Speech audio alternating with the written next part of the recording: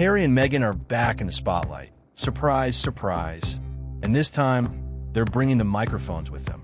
Meghan Markle is set to take the stage once again, this time at a high-profile mental health event in New York City, organized in partnership between their foundation, Archewell, and Project Healthy Minds. The big day? October 10th, World Mental Health Day. The event promises big names, big conversations, and of course, big controversy. Now, let's be real. If there's a stage, a spotlight, and a microphone, you can bet Meghan Markle will be front and center. According to the event promo, she'll be headlining a panel discussion aimed at destigmatizing mental health. Yes, it's the return of that familiar speech, her legendary dish soap story that we've now heard. How many times? 20? 50?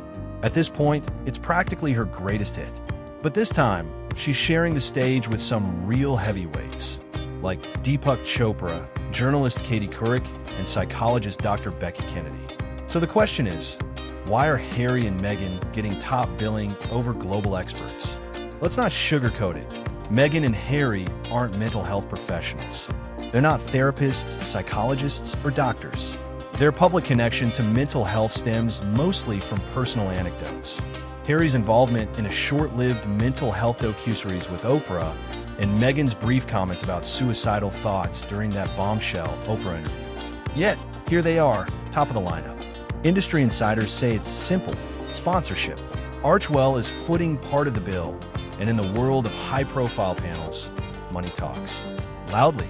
Meghan and Harry's presence is less about expertise and more about influence, media draw, brand visibility, and, well, PR.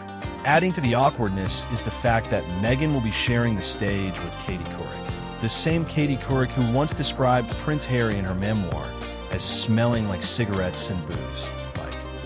And let's not forget their appearance earlier this year at South by Southwest, where actress Brooke Shields shut Meghan down mid-speech during, yes, again, the dish soap story. Shields coolly reminded the audience that she was acting in Pretty Baby at age 11, not rewriting detergent ads. The room laughed. Meghan didn't. At the heart of all this is a deeper issue: credibility.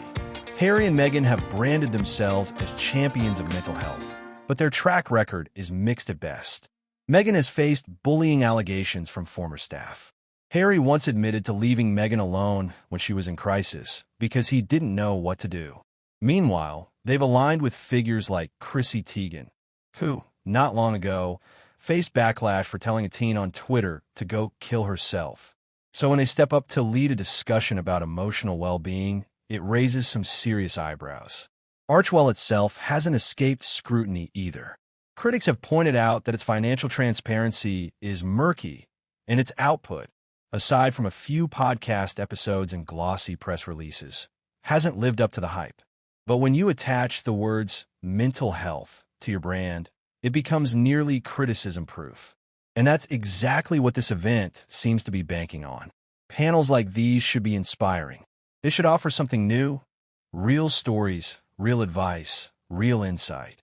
But in Meghan's hands, they often feel like recycled anecdotes, vague catchphrases about resilience, and the kind of motivational fluff that leaves you wondering what the point was.